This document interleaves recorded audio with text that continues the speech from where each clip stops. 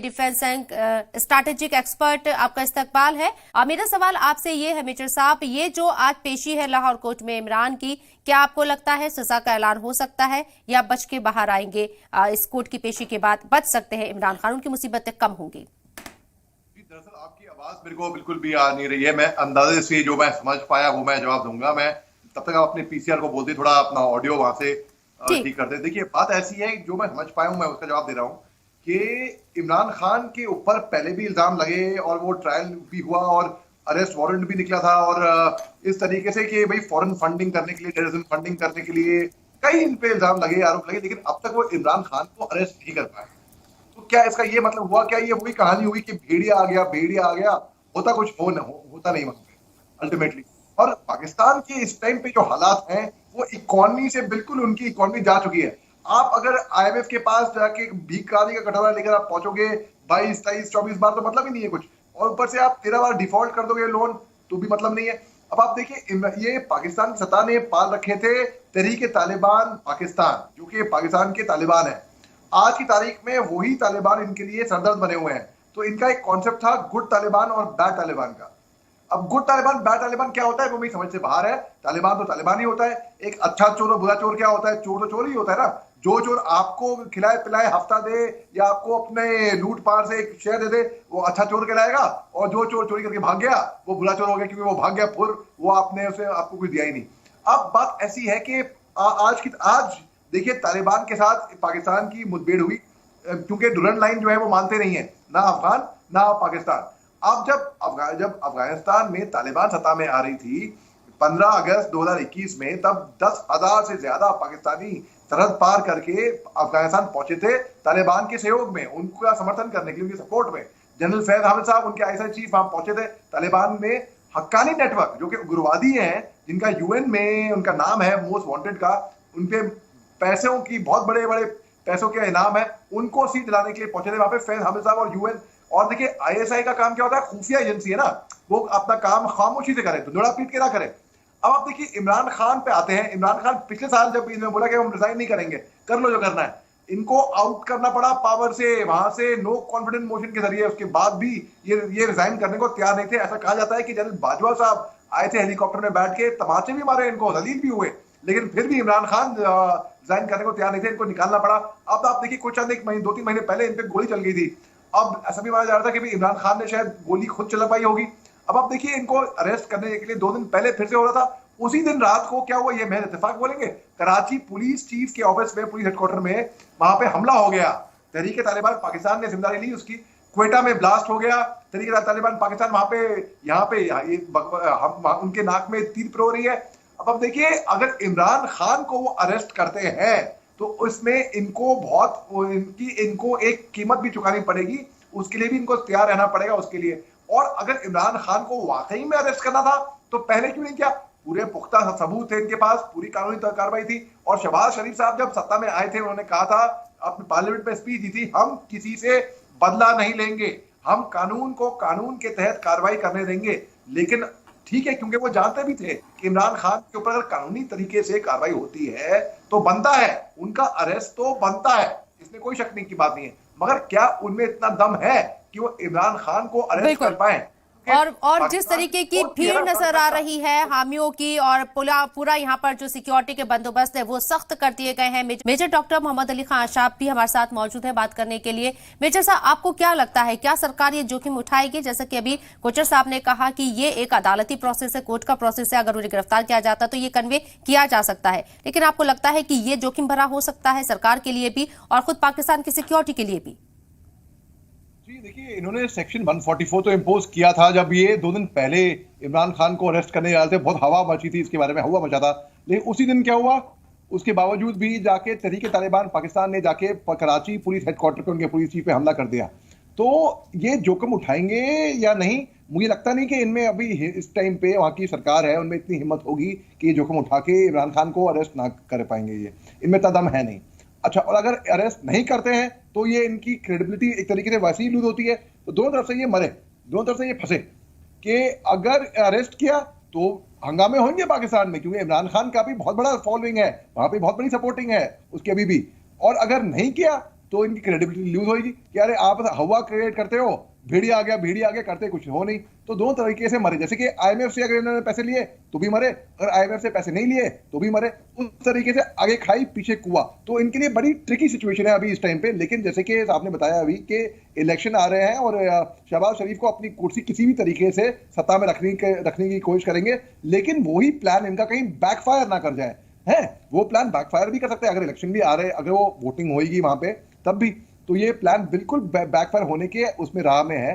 तो इसलिए मुझे लगता नहीं कि अल्टीमेटली, मुझे ऐसा लगता नहीं कि हम इमरान खान को अरेस्ट होते हुए देखेंगे, मुझे ऐसा लगेगा। बिल्कुल। मेजर डॉक्टर मोहम्मद अली शाह साहब, टीटीपी को जिस तरीके से नजदीक बताया जाता है इमरान खान के, या सपोर्ट वो करते वक्तन फवक्ता नजर आते हैं टीटीपी की, एक तरफ जहां लगातार टीटीपी के जरिए पाकिस्तानी पुलिस को, आर्मी को निशाने पर लिया जा रहा है और ये एक मैसेज देने की कोशिश हो रही है कि वो आवाम को कुछ नहीं कहेंगे, लेकिन पुलिसिंग से वो नाराज है और उनका गुस्सा उस पर निकलता रहेगा। ये बहुत स्ट्रांग मैसेज वो दे रहे हैं। ऐसे में इमरान खान को गिरफ्तार करना, हाउस अरेस्ट करना, क्या टीटीपी को और ज्यादा नाराज करेगा, पाकिस्तान में और ज्यादा खून खराबा हो सकता है? आपका बड़ा ही अच्छा सवाल है, बेहद बहुत ही सोचा हुआ इंटेलिजेंट सवाल है आपका। देखिए, जब इमरान खान सत्ता में आ रहे थे, मैं आपको तकरीबन मैं 2008 की बात 18 की बात बताता हूँ तकरीबन, तब उस टाइम पे क्या हुआ, खलील नाम के एक व्यक्ति की इन्होंने मदद ली थी। खलील के लिंक्स हैं अलकायदा के साथ, तो मतलब उग्रवादियों की, आतंकवादियों की इन्होंने खूब मदद ली थी और जनरल फैज हामिद साहब की भी मदद ली थी। तभी यही वजह हुई थी कि जनरल फैज हामिद साहब के साथ ये खड़े रहे और वही इनकी अनबन बनी जनरल बाजवा साहब के साथ, वो बात की बात है। लेकिन इमरान खान ने उग्रवादियों की, आतंकियों की खूब हेल्प ली थी इसमें सत्ता में आने की। तो बात ऐसी, तरीके तालिबान पाकिस्तान क्या है, ये पाकिस्तान का ही फॉर्मेशन है। बल्कि उनके होम मिनिस्टर साहब कबूल कर चुके हैं आज पार्लियामेंट में पाकिस्तान के। उन्हें बोला क्या जरूरत थी हमने मुजाहिदीन तैयार करने की, हमने तैयार करे, आज हम यहाँ भुगत रहे हैं।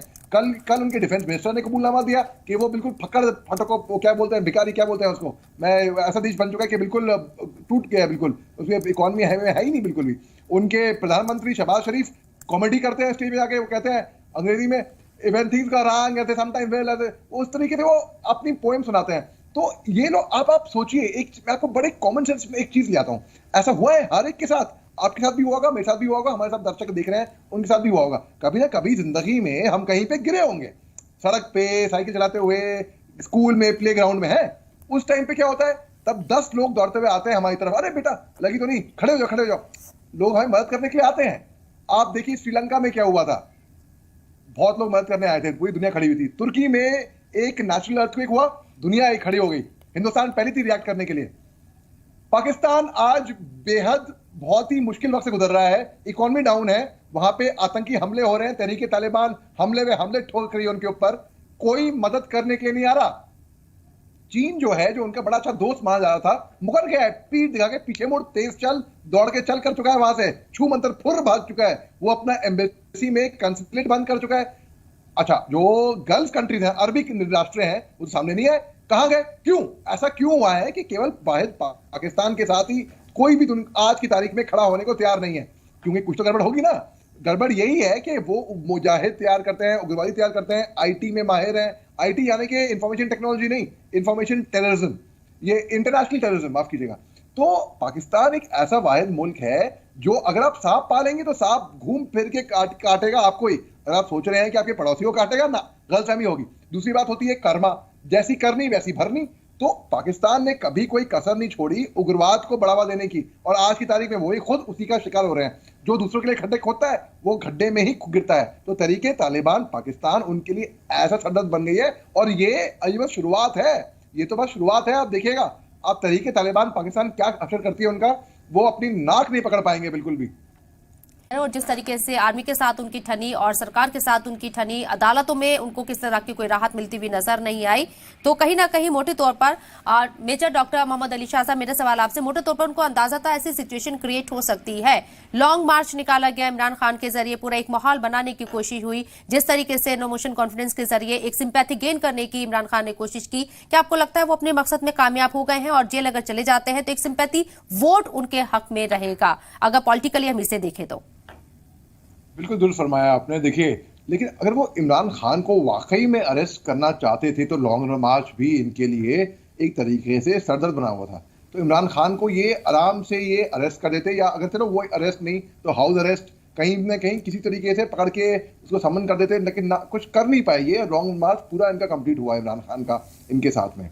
तो अब ये कोर्ट का प्रोसेस है। कोर्ट कितना भी जो पहिए होते हैं कोर्ट के, वो कानून के इनके बहुत धीरे टर्न होते हैं। तो अगर वो अरेस्ट करते हैं इमरान खान को, तो इनको एक तरीके से पूरी तैयारी करनी पड़ेगी कि भाई के टीटीपी, मैं कह रहा हूं टीटीपी और एक्टिव हो जाएगी पाकिस्तान में। और अगर इमरान खान की सत्ता होती तो टीटीपी इतनी बुलंद नहीं होती जैसे कि अब हो रही है पाकिस्तान के अंदर। तो मैं तो एक कहूंगा कि अगर इमरान खान सत्ता होती तो टीटीपी इस तरीके के हमले नहीं कर रही होती वहां पे शायद, क्योंकि ये उनका कॉन्सेप्ट था गुड तालिबान, गुड शाबाश, गुड तालिबान और बैड तालिबान। बैड तालिबान जो अफगानिस्तान में, बैड बॉयज, उस तरीके से। तो अब बात ऐसी है, अगर ये इनको अरेस्ट नहीं करते हैं तो इनके लिए इमरान खान वैसे ही सरदर्द बना हुआ है, इनके लिए वैसे ही इनकी ऑपोजिशन है। बल्कि शहबाज शरीफ जब मुसीबत में आए थे, उन्होंने 7 फरवरी को एक मीटिंग बुलाई थी कि ऑल पार्टी मीटिंग होगी ताकि हम साथ में मिलजुल के फैसला करेंगे आगे भविष्य कैसे बढ़ाना है पाकिस्तान के लिए। इमरान खान ने तो साफ मना कर दिया मुंह पे ही कि ना भैया, मैं इस मीटिंग में नहीं आऊंगा, कर लो जो करना है। इमरान खान ने ओपन चैलेंज था वो एक तरीके से इमरान खान से। लेकिन तो उनका लॉ एंड ऑर्डर प्रोसेस जो होगा जिस तरीके से, और अगर वहां की मिलिट्री जनरल आसिम मुनीर होंगे माए बाप वैसे पाकिस्तान के, बहरहाल कभी भी इमरान खान की गिरफ्तारी हो सकती है। कोर्ट क्या डिसीजन देता है ये देखना लाजमी होगा। बहुत बहुत शुक्रिया आप दोनों का इस चर्चा में शामिल होने के लिए, अपना कीमती वक्त देने के लिए।